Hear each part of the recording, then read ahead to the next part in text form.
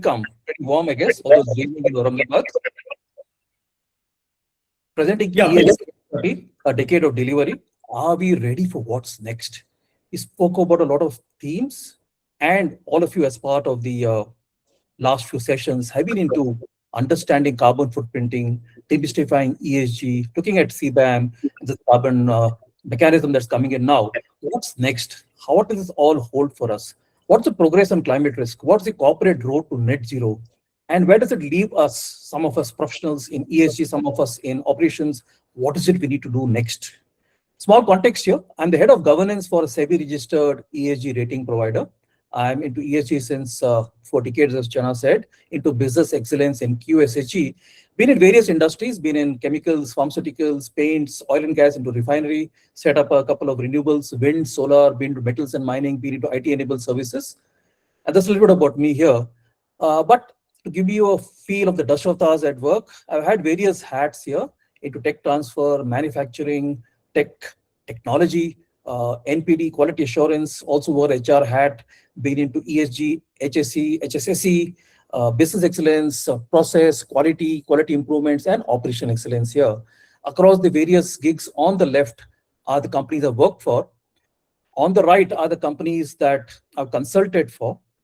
And in the top is the companies that I've done projects for. So that's a little bit about me here. Had the opportunity to work across 4 decades, and I talk of 4 decades of ESG leadership. And that must come as a surprise to some of you, because ESG itself is not 4 decades old, but have done various things across these years. I'll try and introduce ESG also as a refresher so you can understand what this is all about in a journey here. So going from a greenhorn to a doctorate in ESG, what has been the journey there? Let me explain this one by one so you'll understand what ESG is all about here. My first, as a trainee engineer, I was in a mine, and this mine was in a company called Navy Lignite. And this had a lot of incidents, a spate of incidents. And that was around the time that they went in for a safety cultural transformation. They say that the ultimate bottom line is social, it's all about the people. And this is what they did. It's now a Navratna Group company, NLCIL it is now, and it's come a long way since then. But the decision to go in and look at safety was what happened, and this happened 4 decades ago here. My second company was an Indian Rayons company, an Aditya Birla Group company. And this was into recycling of textiles. You know how textile goes? So a lot of wash that goes into rayon before it's purified and sent in for yarning here. Across these, there's a lot of, this the rayons recovery was one of the projects I did as a budding engineer here. You know, the Indian ethos of RRR, recycle, reuse, and reduce, and something that the ancient set of principles that we use for resource management is something we also adopted here, did the entire recovery of these rayons.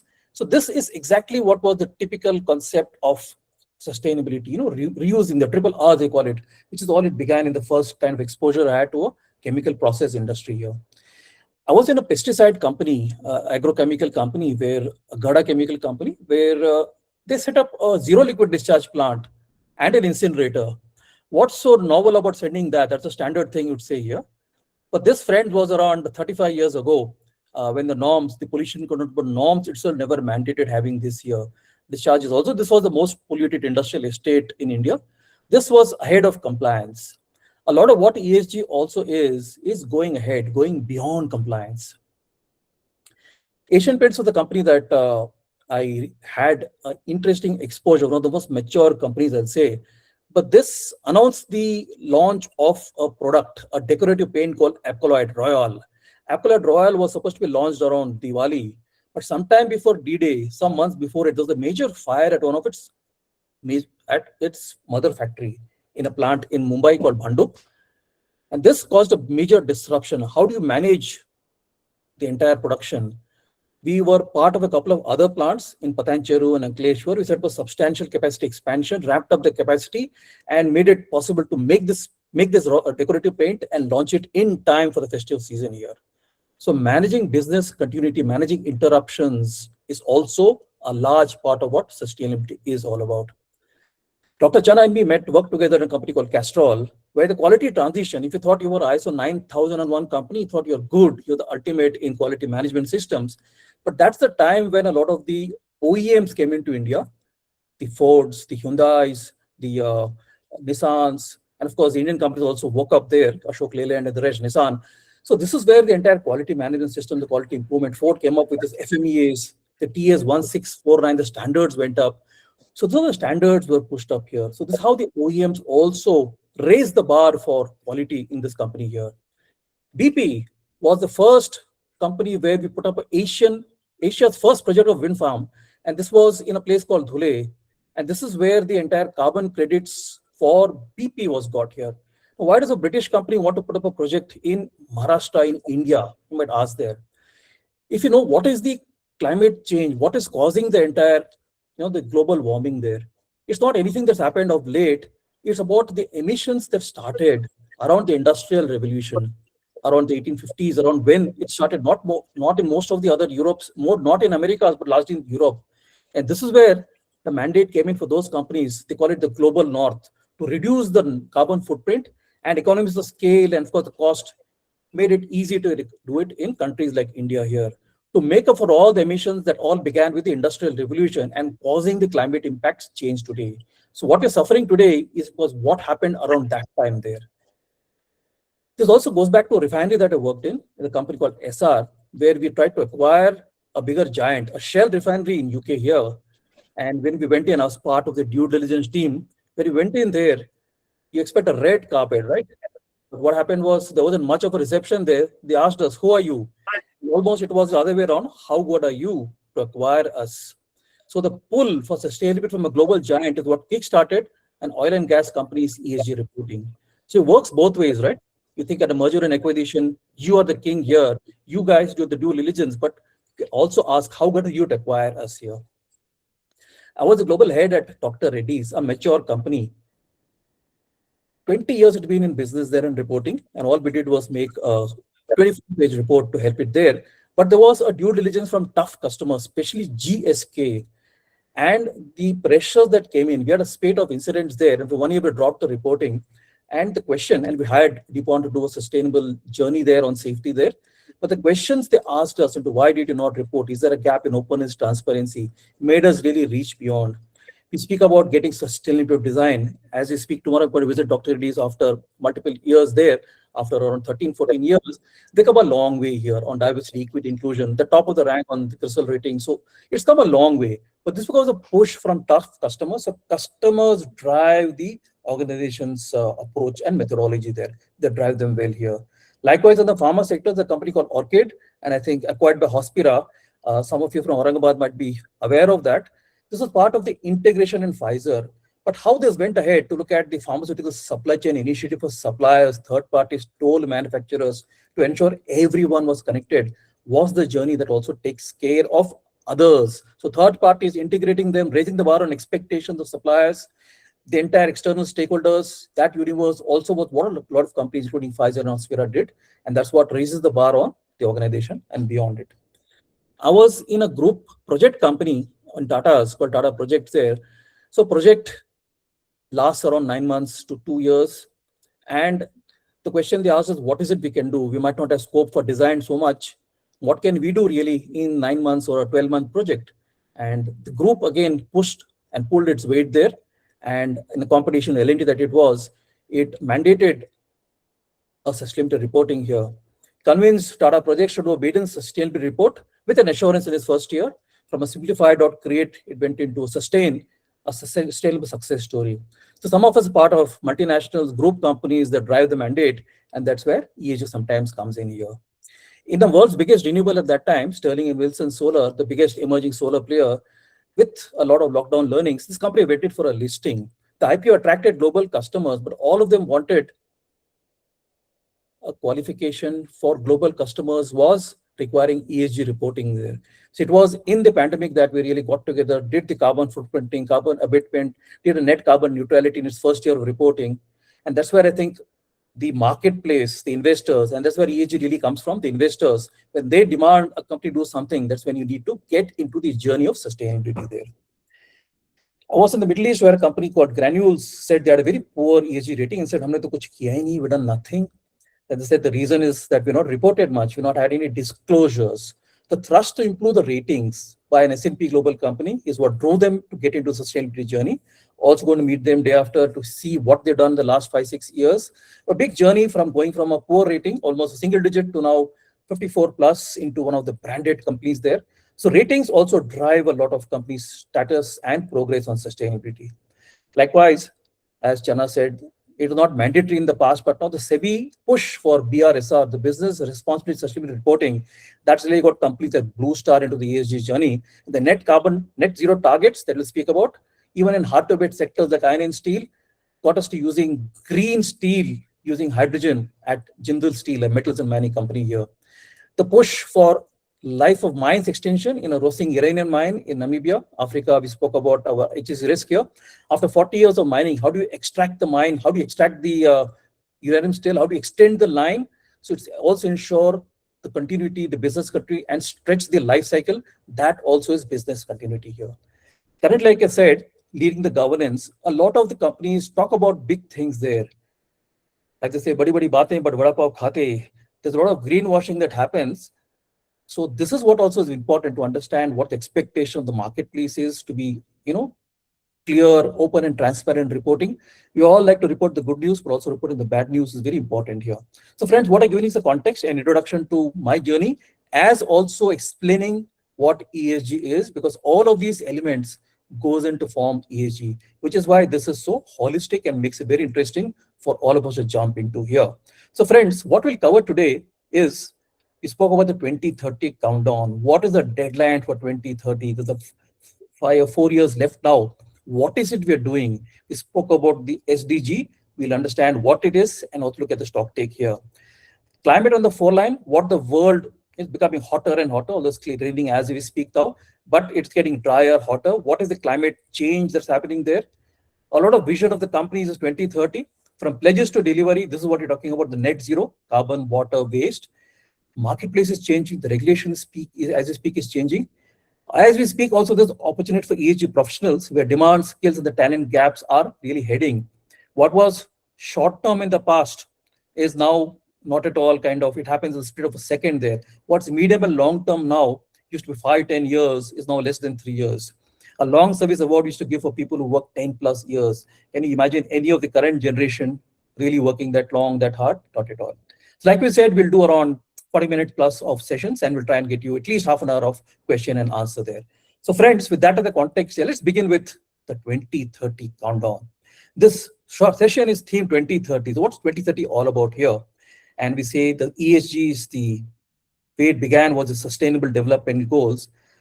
To give you a refresher on what you've done in the past year, from the Agenda 21 to 2030, the global journey towards people, planet, and partnership, there's been decades of work behind a global agenda, and the journey had 5 milestones. Let's look at this at a small cap here. The SDGs was built on a decade of work by countries of United Nations, including the UN DISA. DISA is the Department of Economic and Social Affairs there. As it began, there's a story of how the world's shared plan for people and planet took shape, one summit at a time. Dr. Chana spoke about the Paris. We'll explain each of these as we began here. It began with the Earth Summit, Agenda 21 in 1992.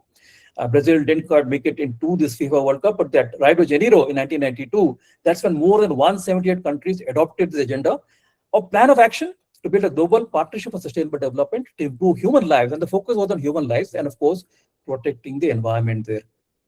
That was 1992. The Millennium Summit, and initially called the MDGs. It is called the Millennial Developmental Goals here. And this was a milestone in New York, USA, around where the final World Cup happened. The member states unanimously adopted the Millennium Declaration at the UN headquarters and led to 8 MDGs aimed at largely reducing extreme poverty by 2015. This happened in 2000 here. Cut to Joburg in South Africa. There's a third milestone there, where the Joburg Declaration and Plan of Implementation reaffirmed the global commitments to poverty eradication and the environment. It built upon Agenda 21 and the Millennium Development, a greater emphasis on multinational partnerships here. That was 2002. The Rio Plus 20 is the future we want. And again, in 2012, the countries came together, the member states adopted the outcome document, the future we want. And this is where the SDGs took shape, building on the MDGs, and established a high-level political platform with mandates for development, for financing and small island developing states. We look at what are the small islands and what is the global north and what's the global south and the global middle. But this was 2012. And then there was in 2013 and 15 a period of shaping the goals where the open working group came in, the agenda that came in, the 17 SDGs at the core, and the agenda was set in place there here. 2015 saw the landmark year where the Sendai framework for disaster risk reduction in Ethiopia, agenda for financing for development, and again the SDGs agenda finally came in September 2015, and December was the Paris Agreement on climate change. This is something that really is a benchmark year, a watermark year in transforming the world, and this is what it also adopted in the UN Sustainable Development Summit in New York in 2015. But the Paris Agreement actions largely is around adaptation, ambition, finance, loss and damage, and the Paris Rulebook holds countries accountable for all of these here. So implementing the Paris Rulebook, and this is what we speak about, the 1.5 degree, all these is what came up from the Paris Agreement here. So this is the states of the Paris Agreement, the action that came out there, and driving the agenda forward. The UN DESA provides substantial support and capacity building for the SDGs. It spans all these elements. We look at each of these, but evaluation and advocacy is what the Division for Sustainable Development Goal does here. It's a central platform for the SDGs at a global level to ensure the review of the SDGs happens out here. So making this 2030 agenda reality is something that all of us looked at here. A lot of companies really, when they look at SDG mapping, they're totally confused. They really don't know what to look at here. Even I was in a company there when I looked at how do I map, say, biodiversity. What do I do about biodiversity? How do I need to report in? And we thought, let's plant some more trees or get in some more birds. What do we do? Finally, we went in and planted and got a solar plant in a wildlife forest close to the factory. But again, understanding brand ownership, it's something required for the shared, strong commitment by all stakeholders to deliver the global goals here. So again, here, like I said, the SDGs, these are the 17 SDGs, very time-bound here. And these are from 1 to 0 poverty and 0 hunger, which is where the MDGs started, to good health and well-being. Going forward to all the other SDGs is what has happened here. So the SDGs are well mapped. Each of these has a connect there. Number 4 is access to education, EdTech here. 5 is about gender diversity. You can see the logos are pretty impressive and very explanatory here. This is what the SDGs came in here. The ESG, for example, if you want to map the ESG to the SDGs here, each of these has a mapping there. For example, the E and S for poverty, and 0 hunger and good health and well-being and quality education comes in where. Gender equality also has the G for governance of the financial year. So each of these is well mapped out here. So the ESG also can be split into the SDGs, and this is the way it works here. You can map it. Everything has a mapping here. Likewise here, you can map it to the Global Compact, and all of these principles of the United Nations Global Compact can be mapped there. Also, with industries also, what are the relevant industries? Because very important for companies that start off with a ESG reporting and don't understand what is the ESG, what is the SDG to pick, which element to pick here. So this is the way top impacts for industry. A chemical industry, for example, has climate action at the top here. A technology company has decent work in economic growth as it happens here. Healthcare obviously looks at SDG 3, good health and well-being. So that's how this pans out here. Each of these sectors, the health and safety and food and agriculture sector, has various elements that need to attain the SDGs.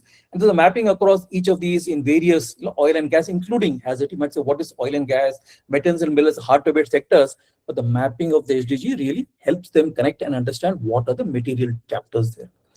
Green buildings, likewise, also, I think the World Green Building Council in India, there's IGBC, all of them also connect with SDGs and try and map them appropriately here. There is across geographies also a mapping of the SDGs and a progress there. What is the status of the deployment? Is it substantial, deteriorating, continuous? And also across each of the countries, there is a performance rating that happens there. Finland, per se, the Scandinavian countries relative to the top there for what they've done.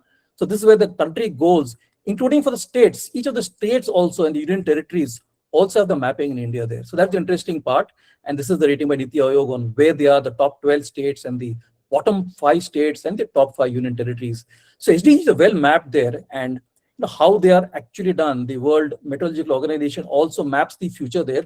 How are they connected? So the high impact events that's happening, the ocean acidification, the CO2 concentration, the additional greenhouse gas effects, the high impact events that's happening, a cold wave, cyclones, tsunamis, droughts, flooding, the slowdown of the global thermohaline circulation, all of the El Nino that's coming in there, all of these are very well connected there. And that's why all of these are impacted by the SDGs there. So what does it call for? The call for action is to integrate SDGs into business operations. That's what it calls for here. How we do it? This is what is explained there in some of the actions that we can take up here. Not very complicated, simple as you can do, but understanding this is very important for all of us and industry especially here. But then how have we done? Now we understood what is the SDG. How have we done? What's the progress there? The progress is real, but is it at a pace that's good enough? It's too slow to reach 2030 there. So 35% of the SDG targets are on track or showing moderate progress, only 35%. So it's say this real and substantial, but fragile and unequal.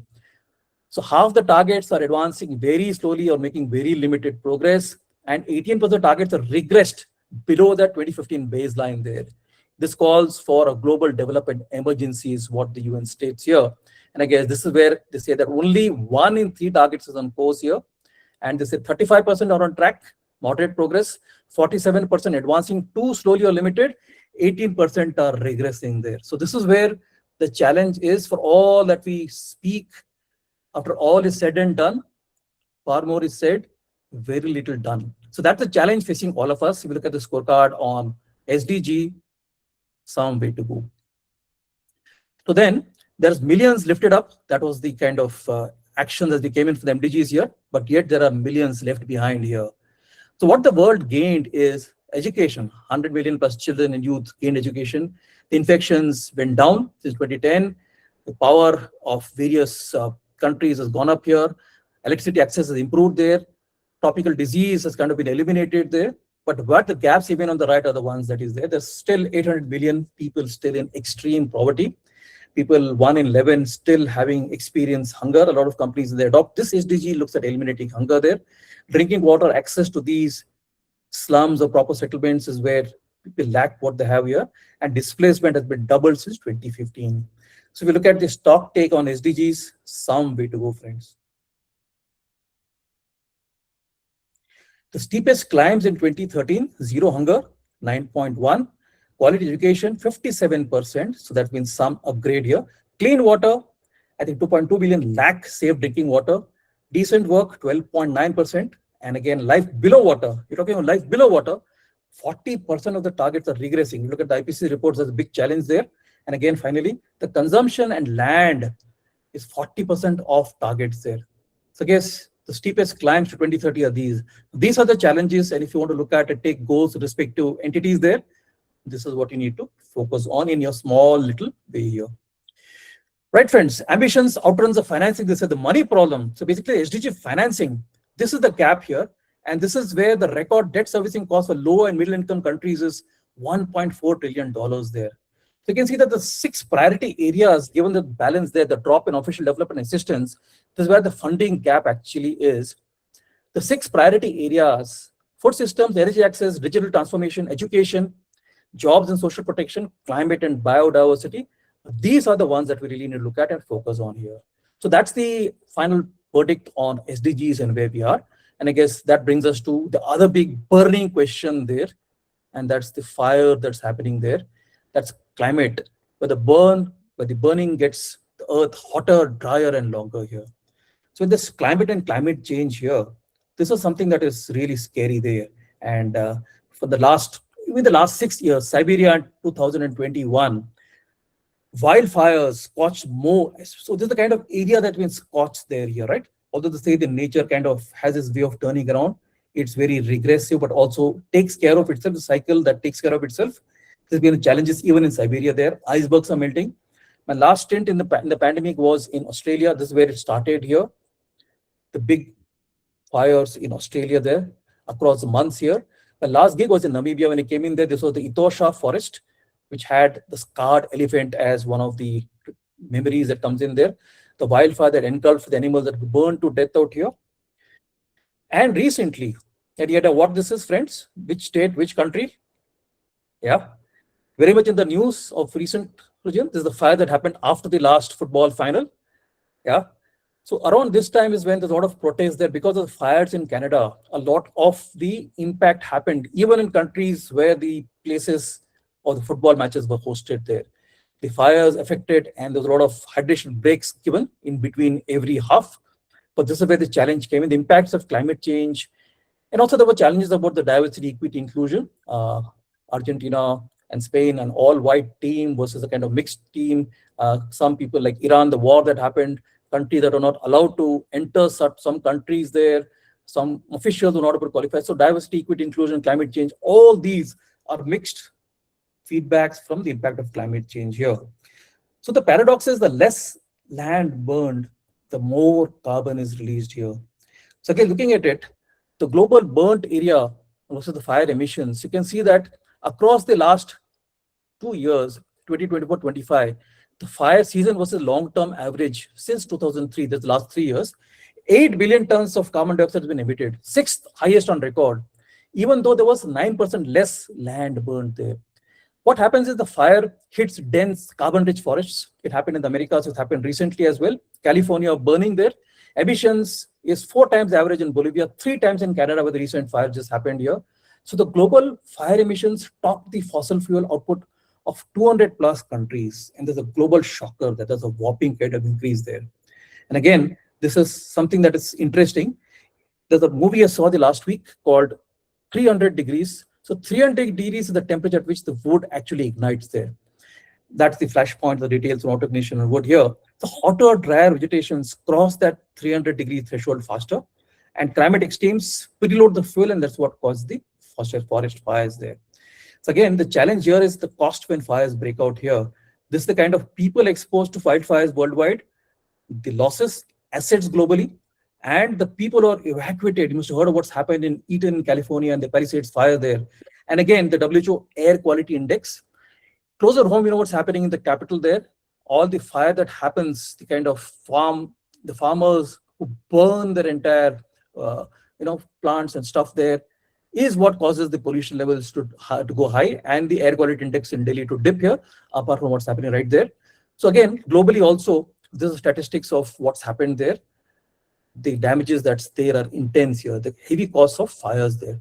And again, you talk of fire seasons are going longer and fiercer. In spite of our global increase in firefighting technology here, I think the extreme wildfire activity has been twice more than last 20 years. Plus the rise in forest fire emissions in 2021 to 2023, the last 22 years here. So what drives the forest fires here? So the boreal forest fire emissions have tripled since 2021. The Canada 2030 season is the warmest and driest in 1980. In fact, all the summers as we speak have the highest ever since the last decade or more here. The fire seasons now start earlier and run a month longer. More than 35 years ago, it's kind of go higher here. The warmer nights keep the fires burning overnight. The zombie fires smolder through the winter, and this bigger challenge to kind of extinguish it, regardless of the technology and our ability to improve it better here. I guess this is where the challenge is on fires there. Like Dr. Channa mentioned, a long time ago in one of the conference of parties, the COPs as I mentioned, we all took pledges to delivery. Where did this come from? And this came from the UN Conference of Parties there. This happened in Glasgow there. In the UN Climate Change Conference in 2021 in UK, we made some pledges, including taking a net carbon target here, and 2070 was the net zero. But we also said we'll do a lot of things in 2030, you can say here, including move away from fossil fuels is what we said here. A lot of companies then, you understand what is net zero. It's the balance where emissions of the greenhouse gases, the GHGs, are offset by the absorption or equivalent amount from the atmosphere here. Again, with this as the target here, a lot of companies took targets 2030, a lot of them took pledges, a lot of countries also took a lot of, India Inc. The public sector units had targets thrust upon them, a lot of companies had it voluntary. There was a lot of reporting that happened. The reporting, you had to look at progress year on year, you got to do better here. So with that as a challenge there were 4 commitments defining Vision 2030. One of the net zero, that also got a pressure on scope 3, water neutrality and being water positive, waste, and finally the circular economy. These were the 4 commitments that defined Vision 2030. Friends, 2030 is very close by, you can say here, but this is the targets a lot of companies, a lot of countries took here. How have we done across these here? Pledges are now hardening into accountability, and the shift is as the net zero commitments accelerate, the moving from all the PR, the public relations work we're doing to strategy here. Companies are now getting accountable for even the entire value chain, the supply chain also coming through here. AI, blockchains, and a lot of companies are setting up, this call centers coming up, there is GCCs coming up. What about the consumptions? The question they ask, a lot of public information is going around here. But the impact investing is set to exceed 50 trillion funding clean tech and green infrastructure. A lot of companies in practice, like they said, 2030, 2035, 2045, set targets on decarbonization. There are pledges there, but again, the hard part is how do we really progress on them here, including water. This is the next world war is going to be fought. This was on oil, on water here. Being water positive, a lot of companies have taken targets here. And the stakes here, I come from a state in Telangana, in Hyderabad, the water comes in tankers, in industries, in homes here. Groundwater, and again with the this being the GCC hub there, the challenges of how we can survive on water there. The kind of people going to be affected are humongous there. Looking at how waste comes in, designing wastewater systems from take, make, waste to keep in use, circular economy, speak about zero waste to landfill, circular design, talking of waste neutrality, onto the closed loop packaging, water, minerals here. A lot of companies have taken up initiatives. Speak of the couple that we speak about, one that I was working with and one that I kind of sustained and kind of supported there, Tech Mahindra. So this is where in companies in practice doing a lot of work there. How good is it is the question we're asking here. And again, this comes back to the regulations here. What drives these companies to do what they do here? The ESG market and regulation is what drives a lot of companies there. The ESG market, it's ruled by, of course, SEBI in India, but globally there's a market there here. So a lot of changes in the Indian market. We've been through some of the CBAM and some of the mechanisms globally also. In India also, there are some changes that's coming up here. So what is it that the regulations are scaling ESG for? So the green tech and sustainability, I think a lot of green funding is happening there. And what gets the focus there? Green tech and sustainable projects get the green funding there. And there's a broader market there. So mandatory ESG reporting is going global and across Europe and of course in India, the GRI, TCFD and the ISSB all coming through. AI has been a boon here. What earlier was causing a lot of pains to do, at end of the year, you do a post-mortem, you don't get much data there, but you can get analytics that's fairly real time. Moving from reactive to proactive strategies now possible there.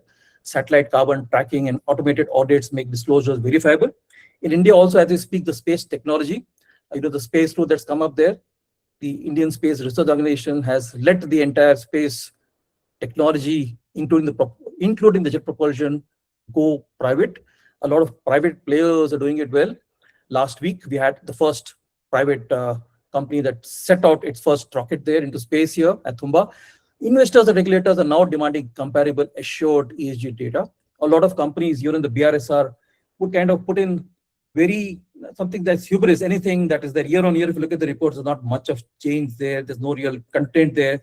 But the focus on assurance, the focus on the challenges by investors is now coming up there. And so what is forcing the pace there? I know once upon a time, I had reported in a company long time ago that we have a diversity, equity, inclusion approach here, and very proudly said that. This was again around 13 years ago, but we got a call from a company, Sustainalytics, somewhere in Amsterdam, and they said, "What is your D&I policy? How do you define diversity? Is there a target here? What's the goals? Is there an approach? Is there a policy?" And we had none of that, frankly. But disclosures and questions that's asked by investors, regulators, and analysts is what drives companies to look at reporting and assured data there. That's what is changing the entire marketplace there. The forces that's reshaping the ESG strategy is becoming mandatory. Earlier, ESG reporting was voluntary there. It wasn't something that was mandated there. And even in India, as I spoke about the NBG and the BRSR that's coming now, it started with the top 500, the top 100, top 1,000 companies listed on market cap there. But now, SEBI is slowly getting teeth in now. Disclosure becoming the law, not a choice there. A shift has happened there. Also, this technology is coming now, AI in ESG. Allocation of capital, green capital is coming. Sustainable finance is now what's steering the capital there. The project has been assessed. Companies like World Bank and IFC kind of assuring project, looking at it and doing a due diligence. Only then will the funding come in. A lot of standards are converging. We had the GRI, the good old GRI earlier, but right now all the standards are coming together. There's one global baseline that's emerging. A lot of us who are looking at getting the GRI certification as we speak here, understand there's a change that's happening to understand it's taking the fragmented reporting maze together here. Scope 3 was again something that was voluntary and therefore was left out here. But the ownership of the entire footprint has come in now. Companies are now answerable for the full value chain, not just the direct emissions, that is scope 1 and 2. And going beyond carbon, looking at nature and diversity there, nature positive goals and the task force for financial also extend the ESG past the climate alone. So that's this direction of the ESG strategy, the forces that's shaping them here. Friends, the frameworks here, the front runner is the EU CSRD, the ISSB, the IFRS S1 and S2, the baseline that's come up here. The GRI, the good old GRI, 25 years plus and beyond. The TCFD, the alignment with the climate-related frameworks are now converging with a new baseline there. And the SEBI, this BRSR core is coming now, the enforcer, and not just for the top 1,000, but also for the MSMEs and also the, the kind of core and the comparison that is there. The SEBI has given the option there. The voluntary pledges are giving you the mandatory assured disclosures there. All the standards are getting consolidated. So that makes it easier for us to understand what is to be done.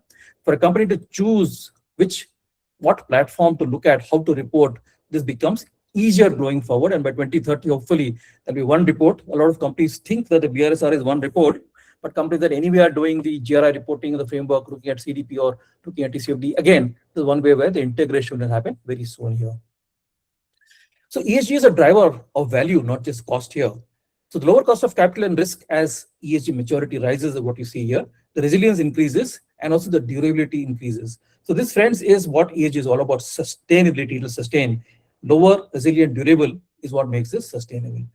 So top line growth, cost reductions, the regulatory and legal ease of reporting and assurance, higher productivity, there has to be return on investment, right, friends? If there is some things you do on ESG, it can't just be a cost in it. There has to be return on investment also. It will also support the financial bottom line there.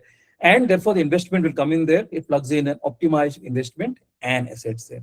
So ESG, again, is a driver of value. It's not just cost, because everyone sees ESG as something that takes cost. Kitna kharcha karna padega? The first question a CEO will ask. The CFO will say this much, this much, this much. So what are the return on investment? We'll understand how this works in a triple bottom line context there, but this is the biggest value that's going to come in from ESG going forward here.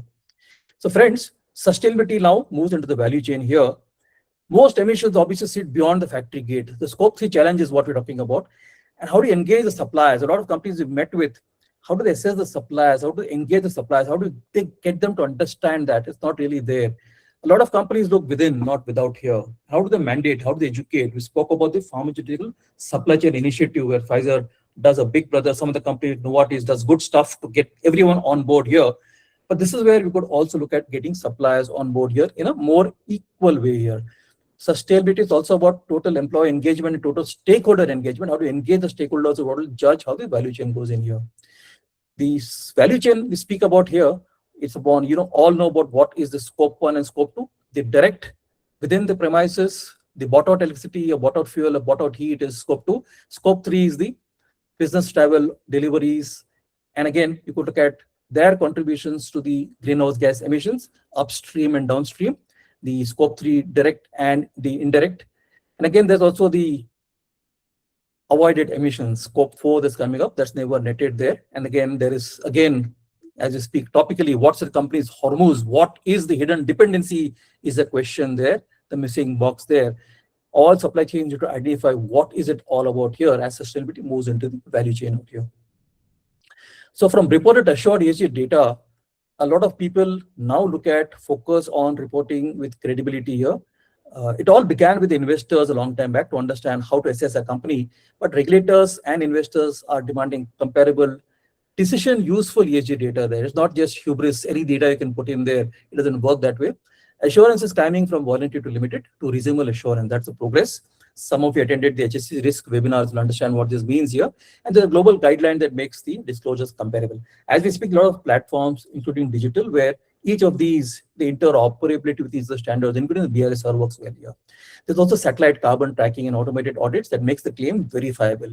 So again, the assurance ladder is also something they're looking at. But again, the best part is make it self-reported. Even suppliers, we ask them to do the reporting, look at us, give them assessment checklist, let them do self-assurance. And then you kind of go ahead and do your audits and then do a limited assurance and get them to do a reasonable assurance.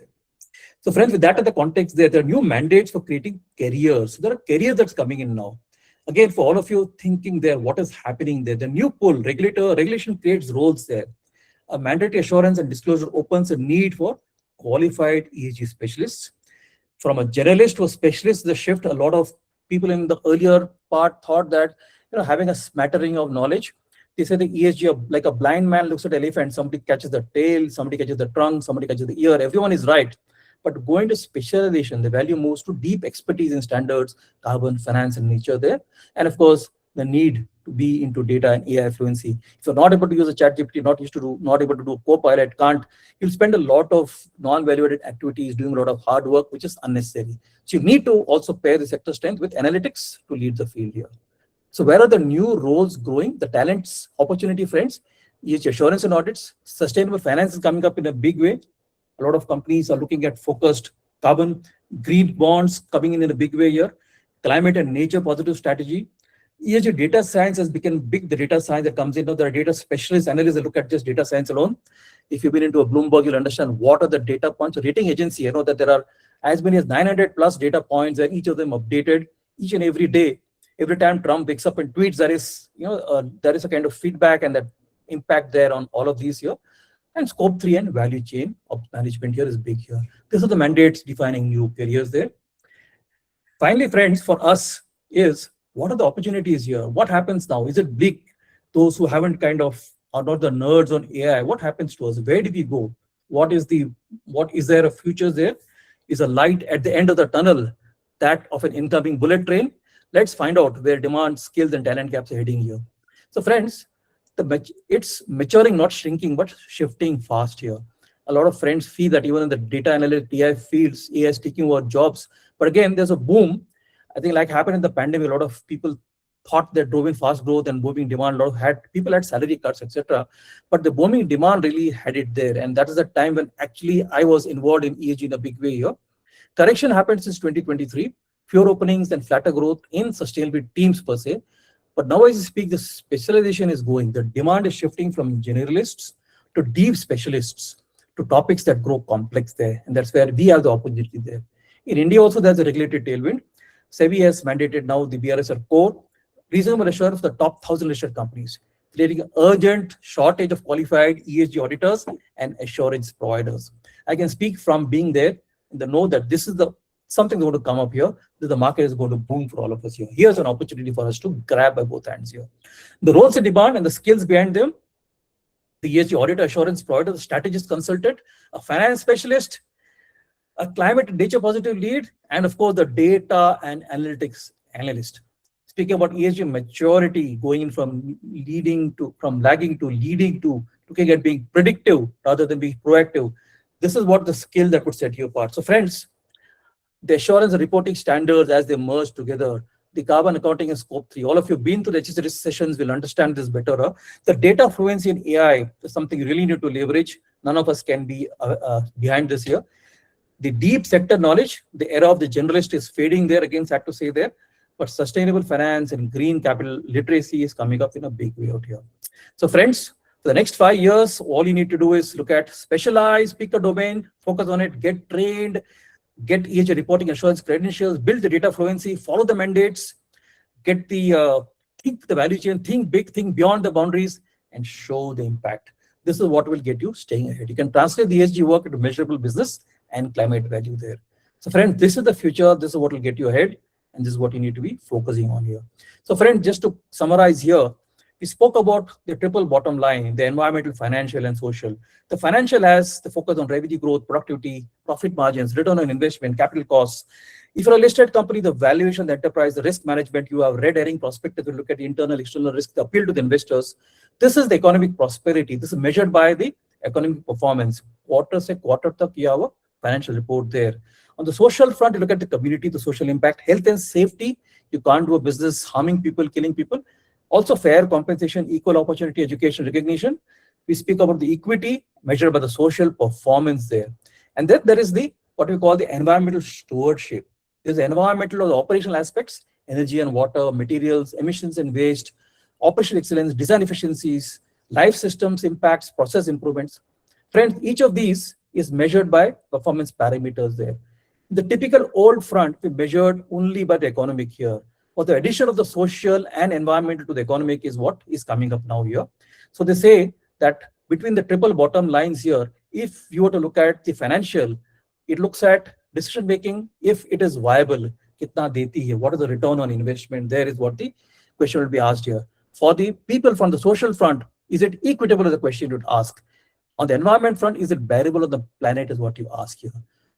The triple bottom line, the hot spot, the sweet spot is the one in the center where you ask, is this sustainable? And this is what we measure as the ESG performance there. So typically, this is called the ESG triple bottom line. And we speak here of the environmental, social, and governance.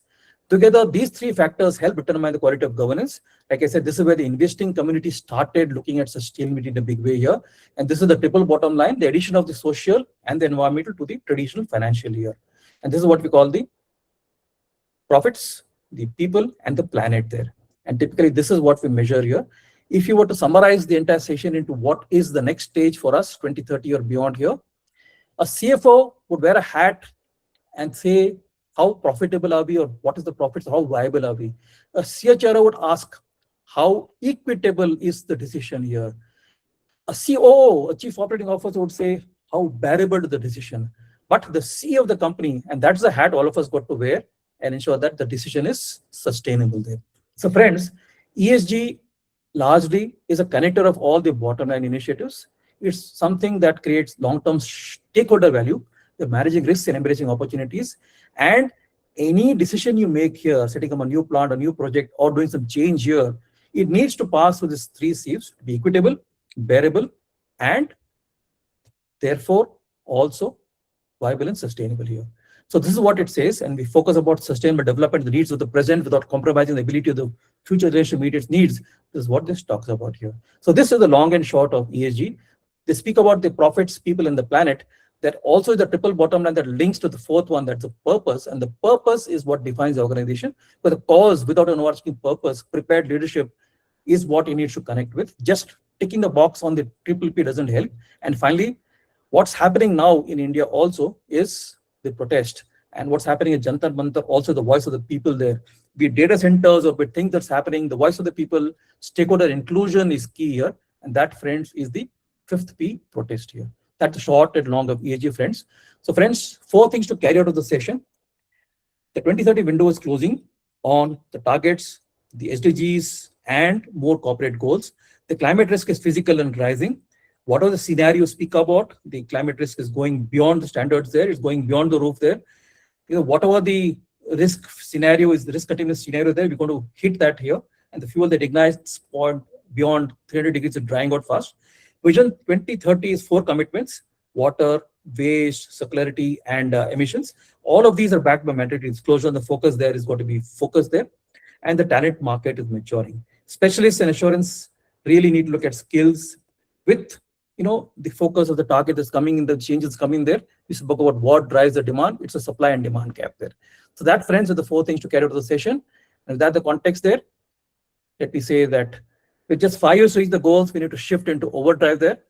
Thank you, and we'll hand it over to Dr. Channa for the next part of the session here. Thank you, Shankar. Thanks for the nice presentation. And I think you have covered all the areas in a fantastic way. So I need not to spend time on many of the areas. So I'll quickly try to get into my presentation in a very focused way.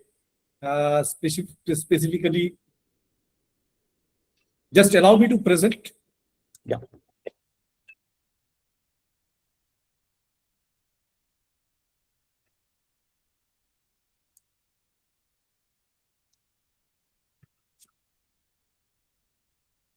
Is it good?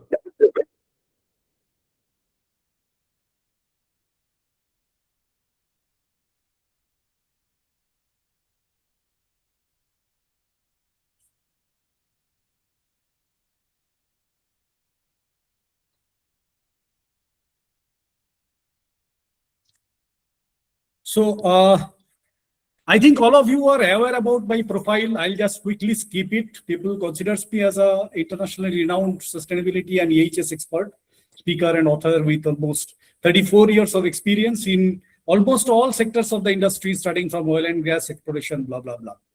So anyway, I think, we will share this presentation deck with all of you so that you can go through it at your own time.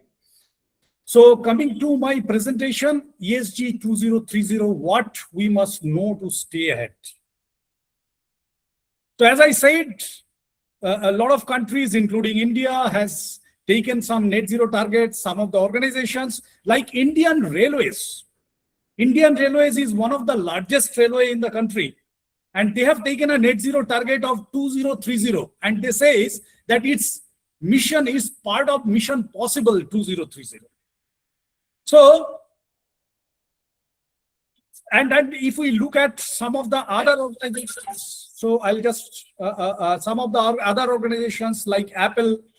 Apple has a plan and a promise to make Apple carbon neutral. Wait, no, we've already done that. To make every single Apple product carbon neutral by 2030. Even yours. We're working to make every iPhone, iPad, watch, and Mac with 100% recycled or renewable materials. We're finding new ways to extract aluminum, steel, tin, tungsten, and plastic from recycled Apple products. We're growing enough trees and recycling enough paper to sustain all our packaging. But we can do much more. It's not just what goes into our products, it's also how they're made. Hundreds of manufacturers, distributors, testers, assemblers, disassemblers, and material makers all upgrading to 100% renewable energy. A lot of them are even going zero waste. But it's still not enough. Manufacturing is just a part of it. What about all of you? This is a big one. Apple devices are all over the world. And by 2030, all of the electricity charging all of your devices will be 100% renewable. So you're a part of this too. Because Apple is going carbon neutral. No, everything Apple is going carbon neutral. Apple has a plan. So, I mean, not only Apple, as there is a time constraint, I am not taking name of many of the organizations like Microsoft or many manufacturing organizations has got net zero targets as well as interim targets for 2030, which are quite ambitious. If you go through these targets, like Indian Railway would like to achieve net zero by 2030. And I remember that even the end of last year, they did not did their basic carbon footprint calculation, even scope 1 and scope 2, in a proper way. So what we understand is when people made commitment, when these organizations, countries made their commitment, they have not understood the size of the problem. So those of us who work with the supply chain, value chain, understand the size of the problem. So 2030, definitely most of the targets, as Shankar said, starting from SDGs or starting from nationally determined contributions made by the commitments made by the countries, or net zero or interim targets committed by various organizations, nobody is going to, most of them are going to struggle, because when these targets are made, the size of the problem is not understood well. So we'll talk about that by 2030. What are the changes or what are the challenges we are going to see, and what we should be prepared with? So just a quick recap of ESG. The world has changed, and it's not just because of COVID. Consumers and employees have increasingly different expectations of the world and the businesses they buy from and work for.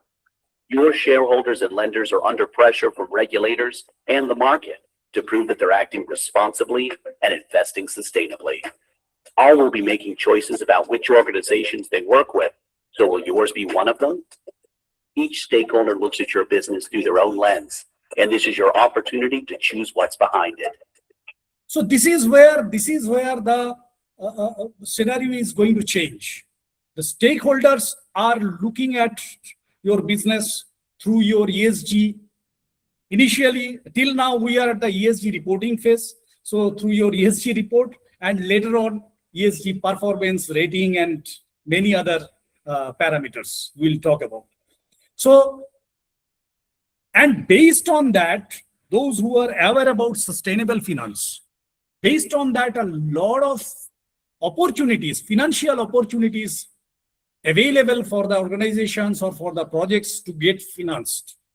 So unless they comply with the ESG expectations of the investors or financiers, these large amount of finance will not be grabbed. They will not be able to grab those large amount of finance. What is your impact on our planet? What do you contribute to the communities you operate in? And how do you conduct yourself? ESG isn't something you do. It's everything you do and how you do it. It's your license to operate, and it's your opportunity to lead. Your ESG strategy must be authentic, embedded in your business strategy, and owned by your board. Your ESG narrative looks right across your business. It tells that story to the world, and your ESG metrics help people compare you with others, often via a rating. You'll want to consider how you conduct yourself as an organization and look to the ethics throughout your supply chain. What part do you play in the community? Is your business inclusive? Are you well governed? And is your leadership diverse and set up to hold the business to account? Look at the impacts of climate change, the natural resources you consume, and the waste you produce. Do you pay fair taxes? Treat your customers and suppliers ethically? And do your employees have safe, fair working conditions? So till now, organizations are going through a phase where they are just disclosing. It's a disclosure phase. In their ESG report, they are disclosing. However, by 2030, what we are looking at, what investors or the stakeholders would be looking at is the scoreboard. So ESG reports will become more a narrative. Now it's more a narrative. Rather, it will move towards a scoreboard kind of feature. They speak out if they see something wrong. Understand where you're strong and can be proud and know where you're vulnerable, and then have a plan to make it better. People will expect you to set clear targets and have the data to measure your progress and report it to the world. They'll want the assurance that what's behind the curtain supports your performance and won't let you down. So the data, most of the organizations are collecting their data and reporting on an annual basis. So most of these data are collected on a monthly and then accumulated and annual data are reported. However, with the digitization, growth of AI and other software tools, in near future, we will see real-time data. So it's not that your ESG performance will be assessed at the end of the year or end of the month. Your ESG performance will be assessed on a real-time basis. And then comes the assurance. Whatever an organization is reporting, now most of the organizations across the world are not really in a true sense going for third-party assurance in a structured way. So third-party assurance is the key. Whatever an organization is reporting, that cannot be relied with by the stakeholders unless there is an assurance by a third party.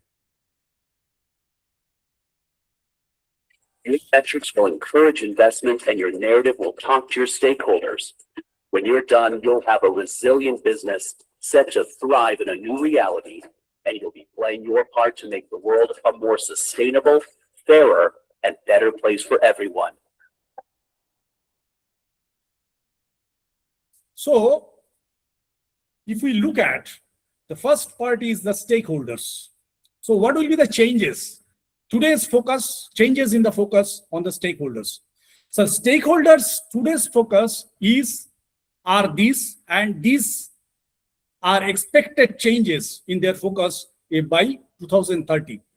Like investors as primary stakeholders. So now when we think about the stakeholders, we focus on investors. Whereas there will be a multi-stakeholder value creation. All the internal and external stakeholders will be how we are creating value for all of them. That would be the focus from 2030 onwards. That's what we are expecting. Periodic stakeholder engagement, as I said, everything will become digital, real time. So continuous stakeholder collaboration would be the focus. Managing stakeholder expectations, co-creating sustainable outcomes. So currently what we are doing is we are trying to understand the expectations of the stakeholders and trying to manage that. Where 2030 onwards, we will proactively reach out to the stakeholders and try to co-create sustainable outcomes. Currently, organizations are more focused on reputation management, whereas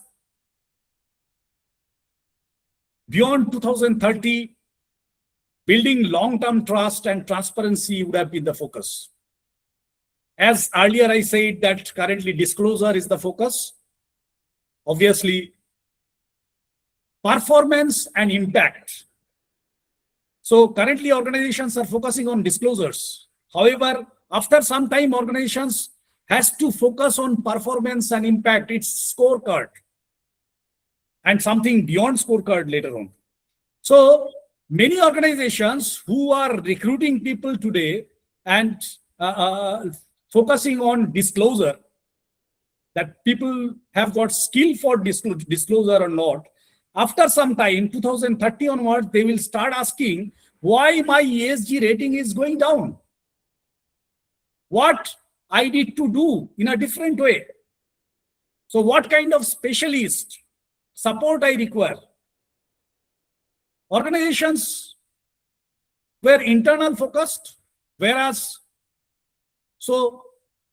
most of the organizations were focused, for example, in case of climate, scope 1 and scope 2 calculations, whereas now the focus would be end-to-end value chain, complete value chain. So all your suppliers, all your contractors, all your partners in the value chain, their performance will be your performance. Next comes sustainable finance. What are the changes in sustainable finance? Currently, most of the investors, they do ESG screening for investments. So certain tick, these things are there or not. And based on that, they take their investment decision. If you go to a bank, they have got a checklist. So based on that, they screen whether you are eligible for that investment or your project is eligible for that investment or not. Whereas 2030 onwards, it will be performance linked sustainable finance. There may be the same financial organization might have approached by multiple entities, multiple projects for financing. So out of 5 projects, which project deserves the finance considering sustainability? Obviously, it will be performance linked sustainable finance. Green and sustainable. Currently, we can see green bond, sustainability bond, etc., are available or getting popular across the world, including Europe, India. India is also coming out with some green deposit. Reserve Bank of India is coming out with green deposit. However, in future, 2030 onwards, we'll see a lot of funds will be diverted into transition finance.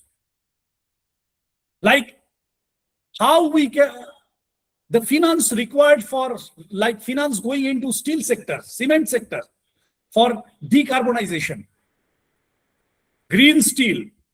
So those the finance, most of the finance currently, the finance is focused on renewable energy, EVs or green buildings, whereas the shift will be on decarbonizing the large, highly emitting sectors like steel, cement, power. Currently, organizations are focused on climate risk assessment, identifying the risk, whereas 2030 onwards, the challenge would be climate resilience, adaptation finance, where from the finance for adapting to that change, climate risk will come. Then regulatory compliance is the current focus, whereas value creation, as I said earlier, would be the long-term resilience. And obviously, third-party assurance. Currently, the focus is ESG disclosure, whereas all stakeholders and even finance will also depend on. So whenever you will apply for a loan or apply for some funding, or your investors looking to apply in your funding your project or funding your organization, they will not be happy only with your disclosures, but it should be third-party assures ESG data and performance metrics. And obviously, portfolio and value chain transition.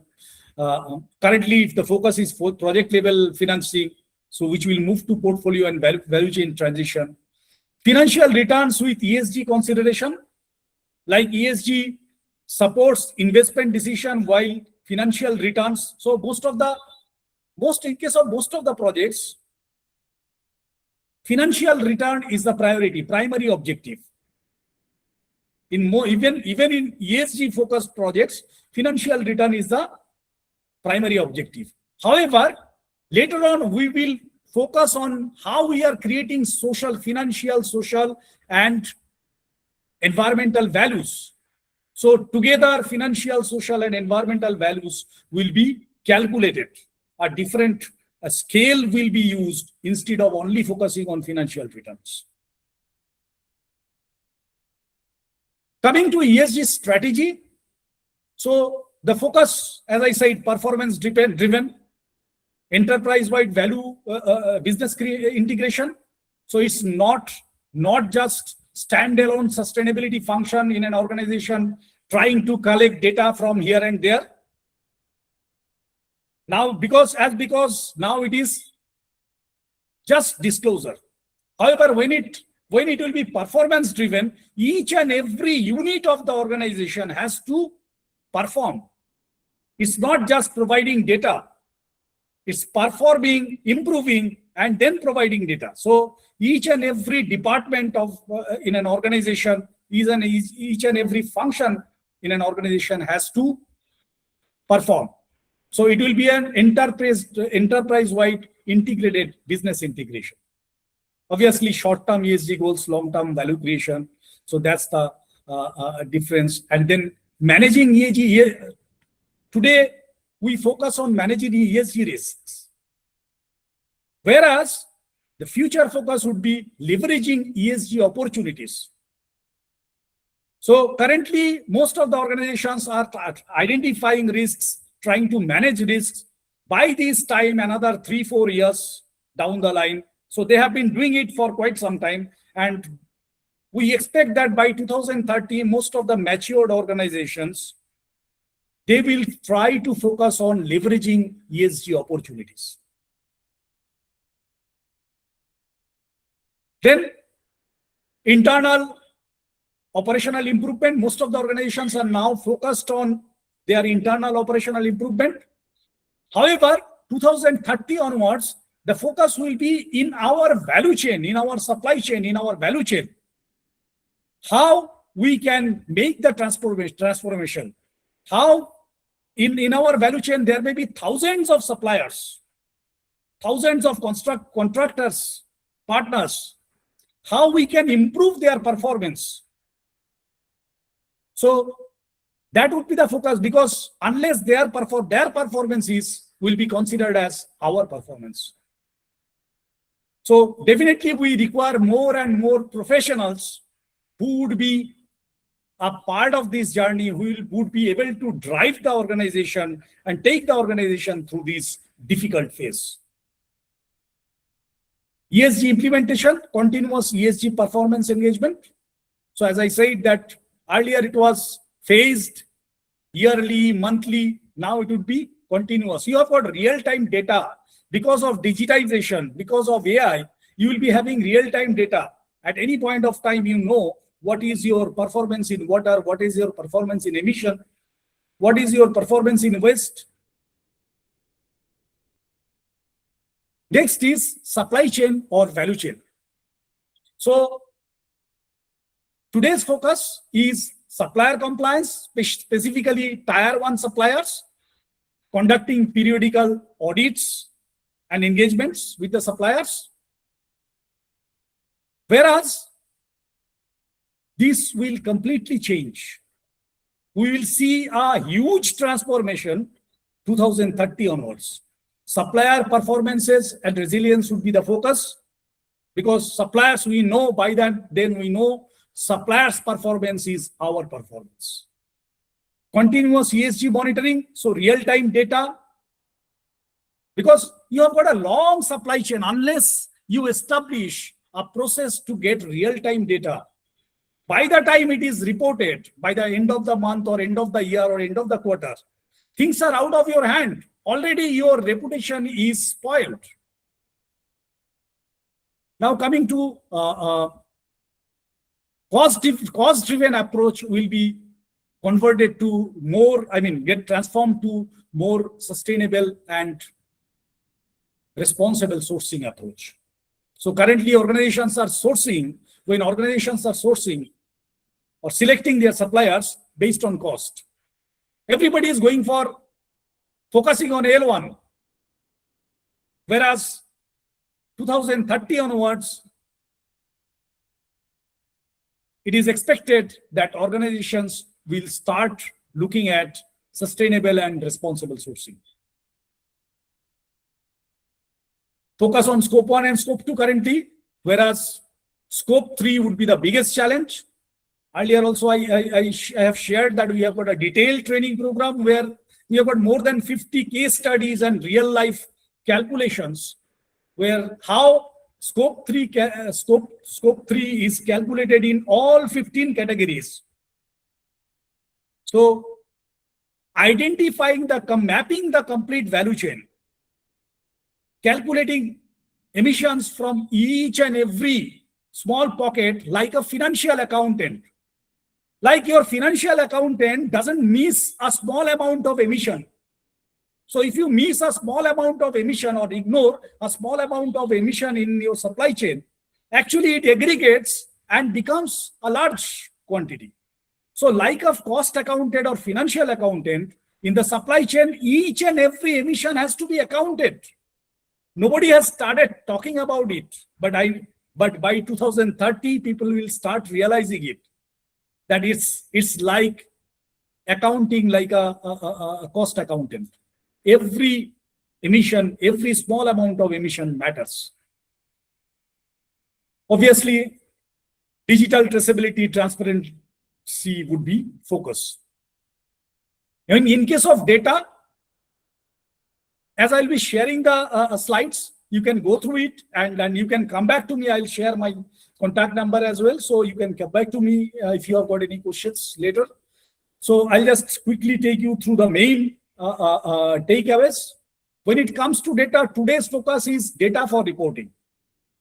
However, 2030 onwards, we will start asking, what do I need to do with this data? How can I take a strategic decision from this data, or what data actually needs to be collected to take a strategic decision? So currently focus on historical information, which will get transformed into predictive insights and analytics. Role of AI and software will, digitization will play a big role. Basic data quality checks. Currently, when we think about data, we do basic data quality checks. Whereas there will be maturity expected by 2030 onwards, governed, traceable, and trusted data. It's not just collecting the data. Data has to be governed, traceable, and trusted. Same with measurement. So outcome and impact-based metrics will be currently activity-based metrics are the priority. Focus. Whereas 30 onwards, outcome and impact-based metrics would be the focus. So increase, like for example, currently if an organization reports number of trees planted, training hours delivered, these are the contents of an ESG report.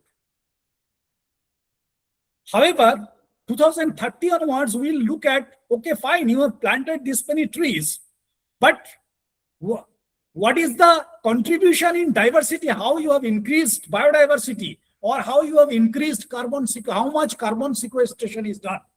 What species you have planted so that your carbon sequestration has increased?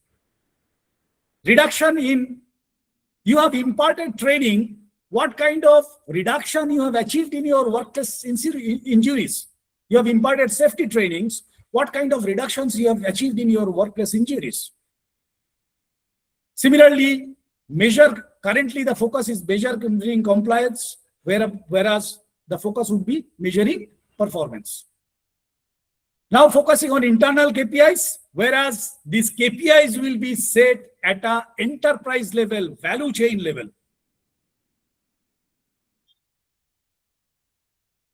Focusing on lead indicators, focus would be shifted to predictive and leading indicators. ESG scorecards, currently we have got brief ESG scorecards, whereas 30 onwards scorecards would look different.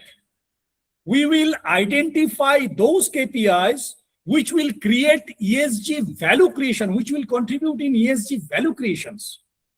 So the scoreboards would be converted into how these a dashboard where there would be certain KPIs which will speak how the organization is creating value for all its stakeholders. Same with reporting, very straightforward. Currently, it's compliance focus. Whichever companies are coming under BRSR or CSRD, is more compliance focus. Whereas it would be more performance focus. Narrative disclosure, I have discussed already. This will be data-driven insight. Organization-centric reporting, which will get converted into enterprise-wide value chain transparency, value chain reporting. And assurance is the key. Nobody will take your data seriously unless it is assured by an independent third party. So, and focus was limited assurance. Most of the, if you talk about CSRD or even BRSR, though they term it as reasonable assurance, but reasonable assurance on certain data. Whereas 2030 onwards, we are looking for comprehensive or reasonable assurance, not limited assurance.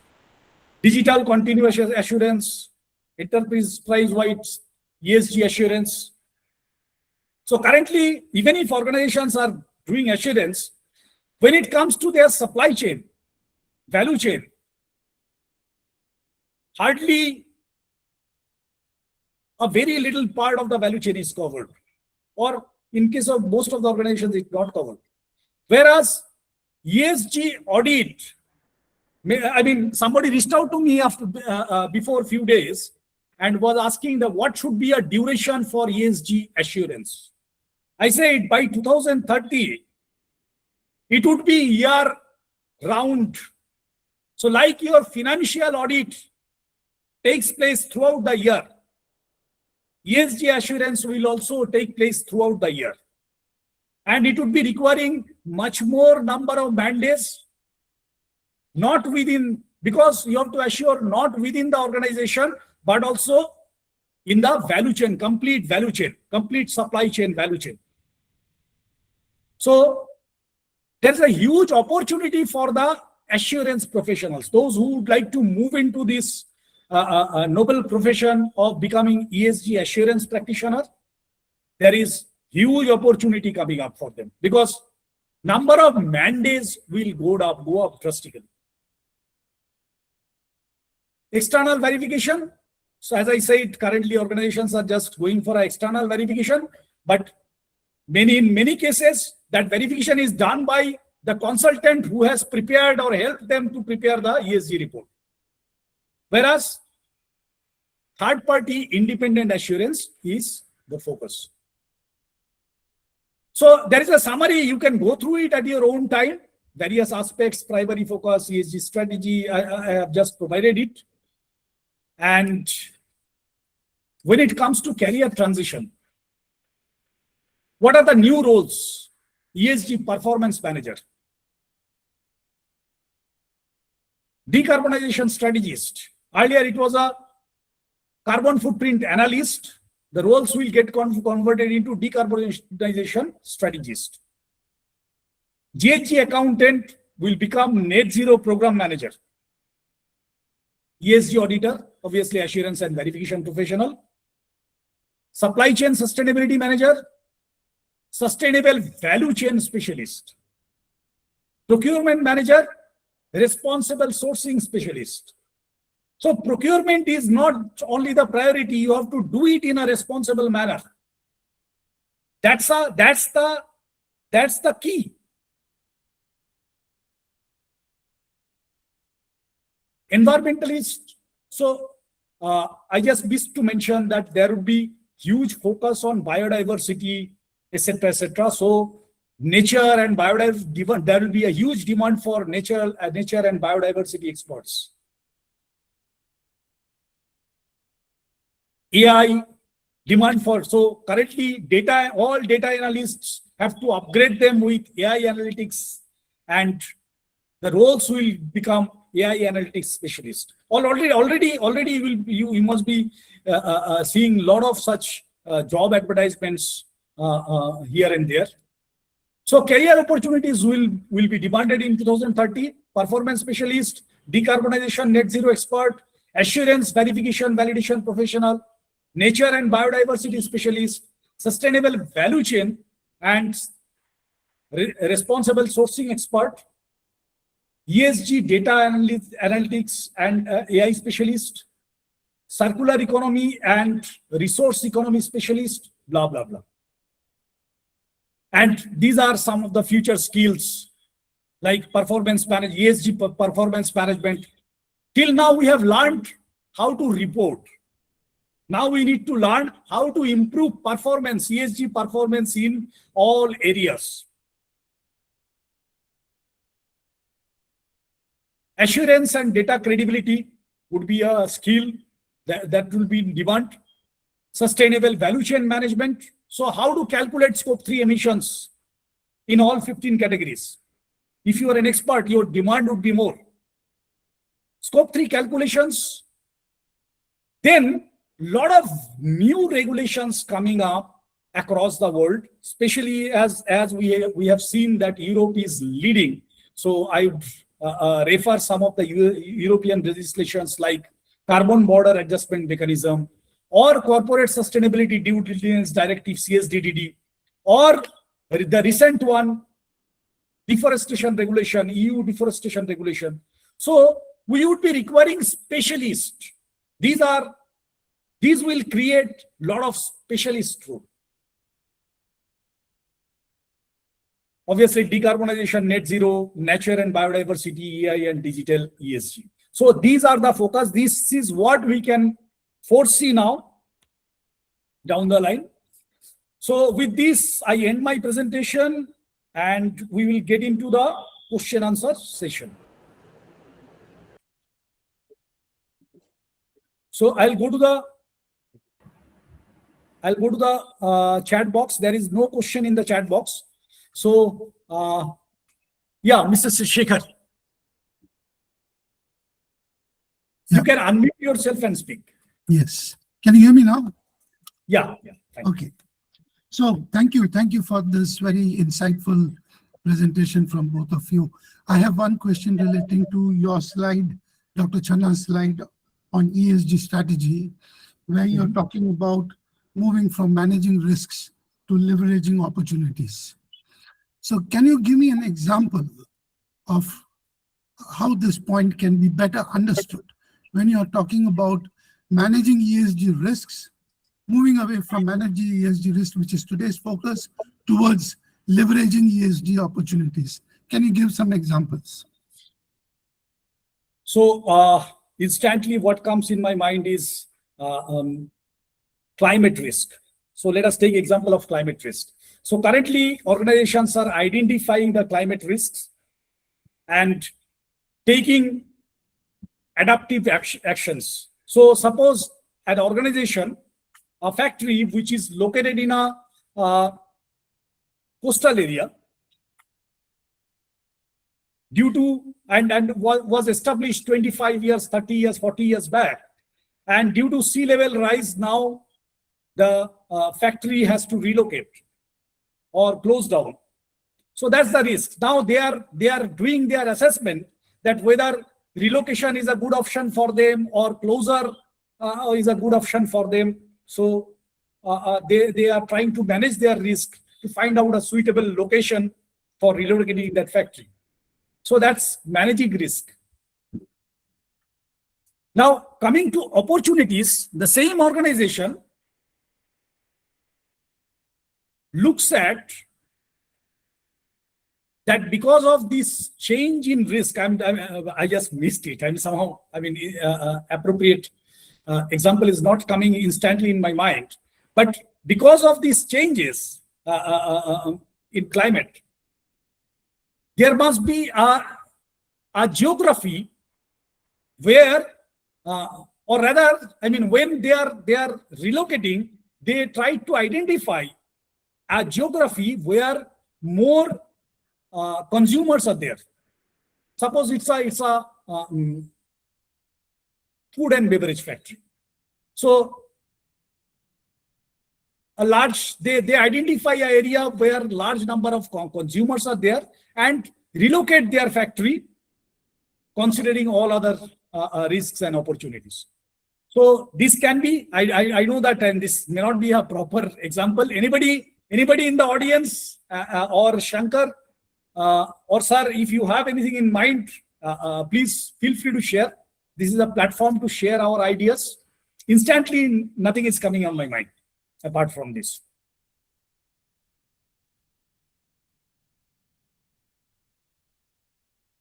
You have to unmute.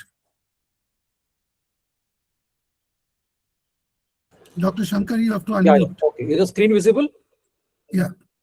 So what you asked is a good question about what we're doing currently on mitigation and what can be done to adaptation. So actually, what in simple case is that mitigation basically addresses the root causes, whereas adaptation looks at the effect. So it reduces the risk in some ways here. And let's look at some examples. Talking of clean energy, it's about disaster management, flood protection, building in infrastructure to manage some challenges there. So the basic difference between mitigation and adaptation is an example you gave here. For example, renewable energy, carbon sequestration, clean mobility, the mitigation. But looking at drought resistance production systems, managing floods, disaster management, those are adapting where you expect something to happen and try to address the effect. This is the cause, effect, consequences. One way of addressing that. One of the root cause, the other one addresses the effect. That's about the change that you're looking at here. So in looking at the various goals, the mitigation policies, the adaptation policies, disaster management, flood protection, for the upgrade is supposed to be an adaptation. How you manage the outcome of an event that happens. So that's what it talks about here. Yeah. If you look at it overall, climate mitigation, adaptation, the sustainability kind of be either in the net negative, net zero, net positive. So it's about looking at it from the deplete, deforest, degrade to the reuse, recycle, reduce to the rethink, restore, replenish. It's kind of going beyond there. In some ways, mitigation goes a little beyond that also. That is about climate resilience. That's what it's talking about here. The best example is about managing the outcome, managing the effect. That is what adaptation is all about. No, I take adaptation. I take adaptation, which is clear. Yeah. I'm just still missing the leveraging of the opportunity. Yeah. You can give me an example later on, no problem. Okay. Maybe as Dr. Ghosh said, you might like to think and reflect on this. Adaptation is fine. Adaptation point is clear. I'm just there are leveraging opportunity. Yeah, thank you. So there are several opportunities. One of the opportunity organizations look for is opportunity of going for renewable resources and reducing cost, or opportunity for getting sustained investment in terms of sustainable finance, in the form of sustainable finance. So these are some of the opportunities. Earlier, organizations used to consider climate change as a risk, and we used to focus on risk mitigation. Now they have started looking at, okay, risk mitigation is fine, but what are the new opportunities we have? Suppose temperature is increasing, and for that, at our plant level, or we have to mitigate certain emissions, blah, blah, blah is fine. Can we come out with a product which will bring some new dimensions, or which will become popular to the consumers? As the temperature increases, consumers start using those products. So suppose an organization selling an electronic product like AC, so comes out with finds out opportunity of doing R&D and creating and developing a AC which will be having lesser consumption of electricity. Or let me take example of like this laptop we are using. So one of the manufacturers, like Apple has come out with a plan that on all Apple laptops, they will be installing solar cells. So climate change has created risk. At the same time, the opportunity is you can install solar cells on your laptop, and laptops need not to use conventional energy. That's an opportunity. And from users' end, it's not only reduction of mitigation of climate change, but also climate risk, but also creating, it provides, they need not to always go to a source of electricity, plug it. So it provides them some differential advantage. Mm-hmm. So that's how the opportunities can be defined. I hope now simple way to look at it. Suppose you are into the traditional diesel or engine car manufacturing.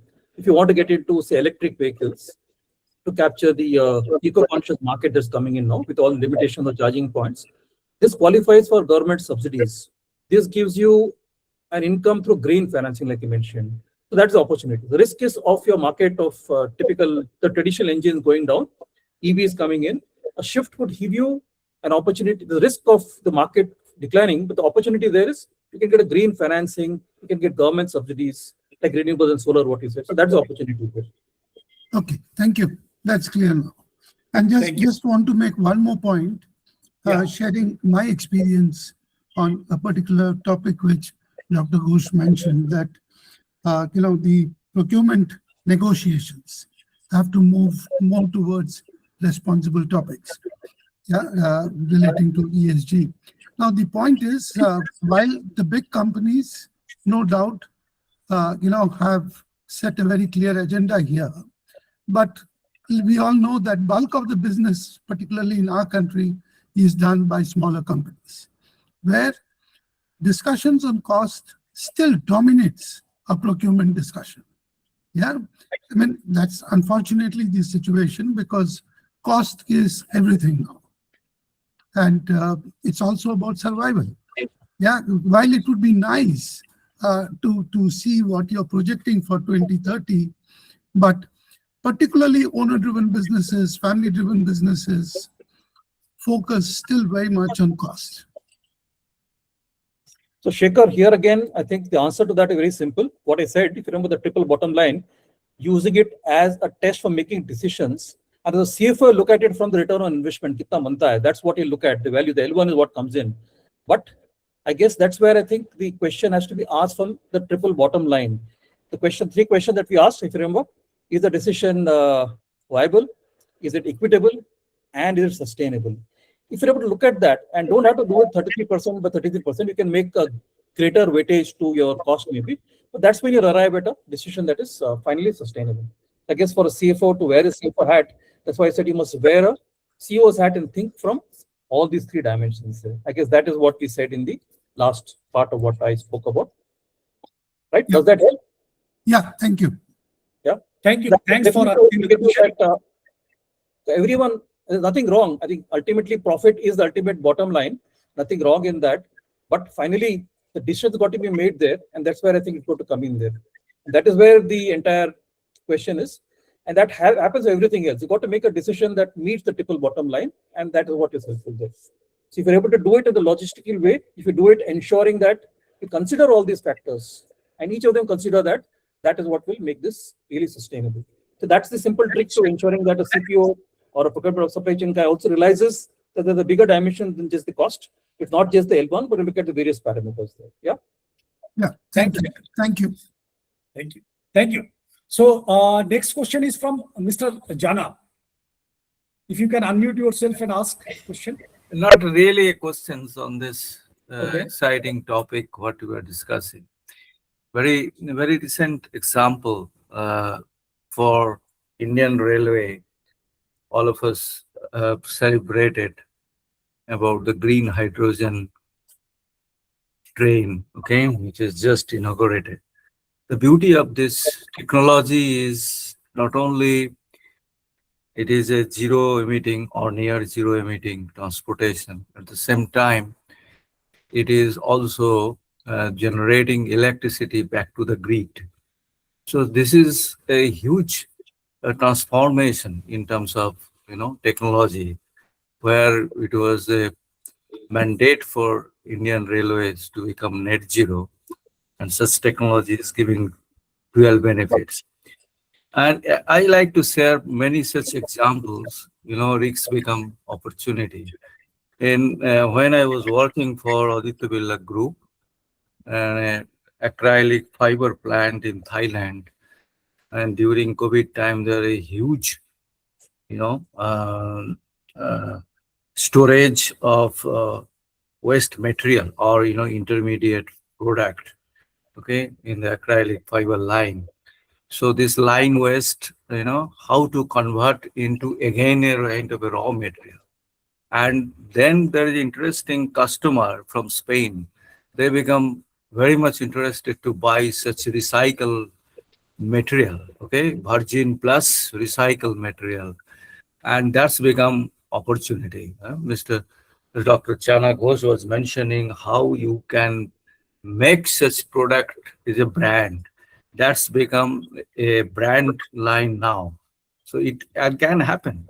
In the recycle circularity, there are many such experiments, projects are happening. There are many such examples are available. Thank you. I just wanted to add.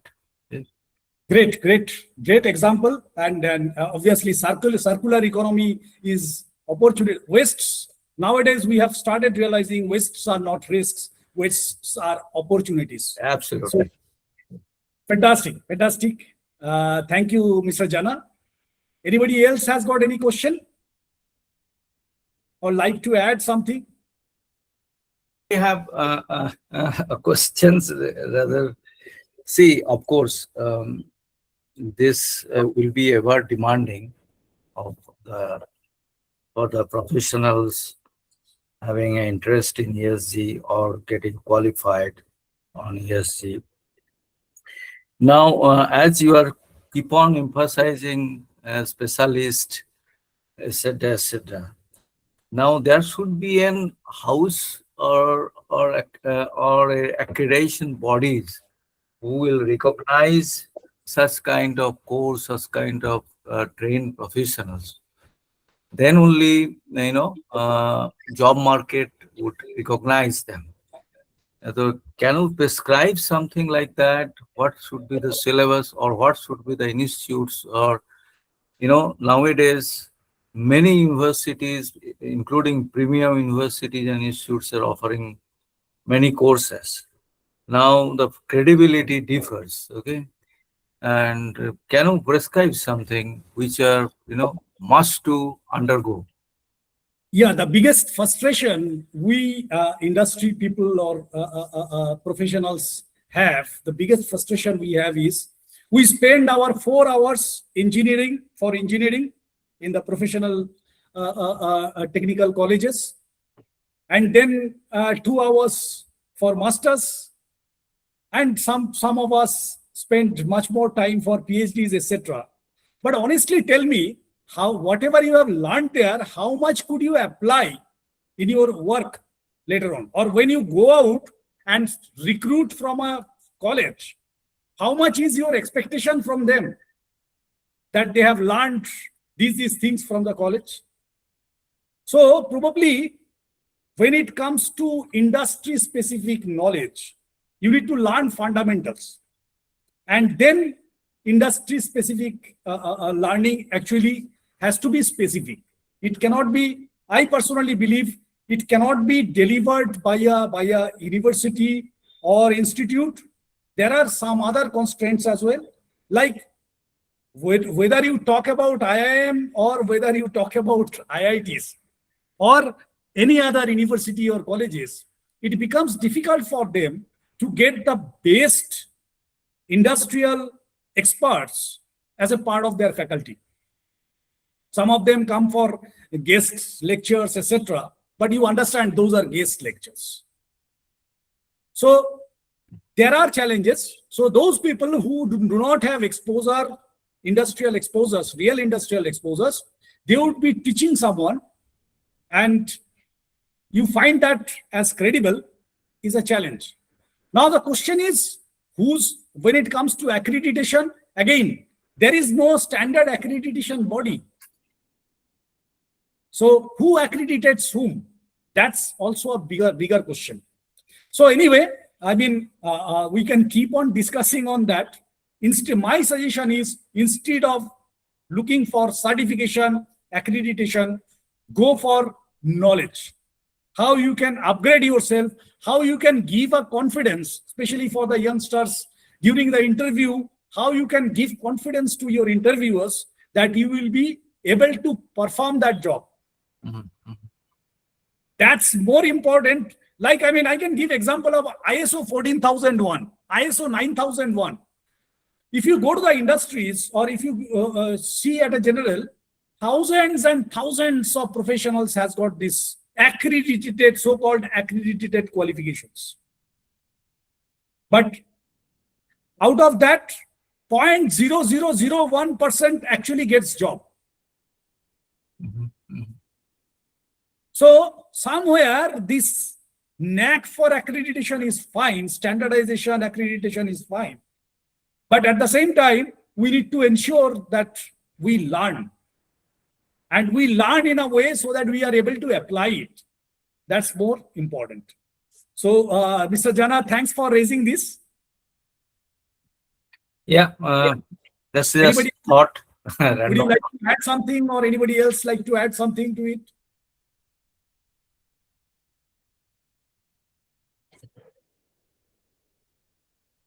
Great. Anybody else has got any question? No, thank you very much, Dr. Chan. It was a very informative session, to be honest. And thank you, Dr. Shankar, as well. Very, very well-informed session. Thank you, gentlemen. Thank you. Thank you.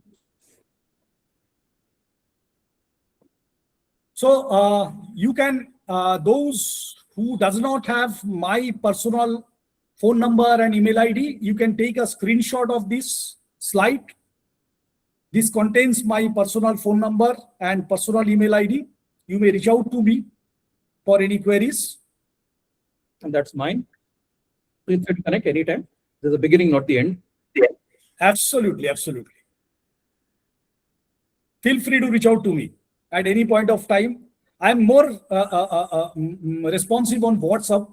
Please send a message through WhatsApp, and then, or in case of any urgency, feel free to call me. No problem. If I'm available, I'll pick up the call. If I'm not available, I'll call you back.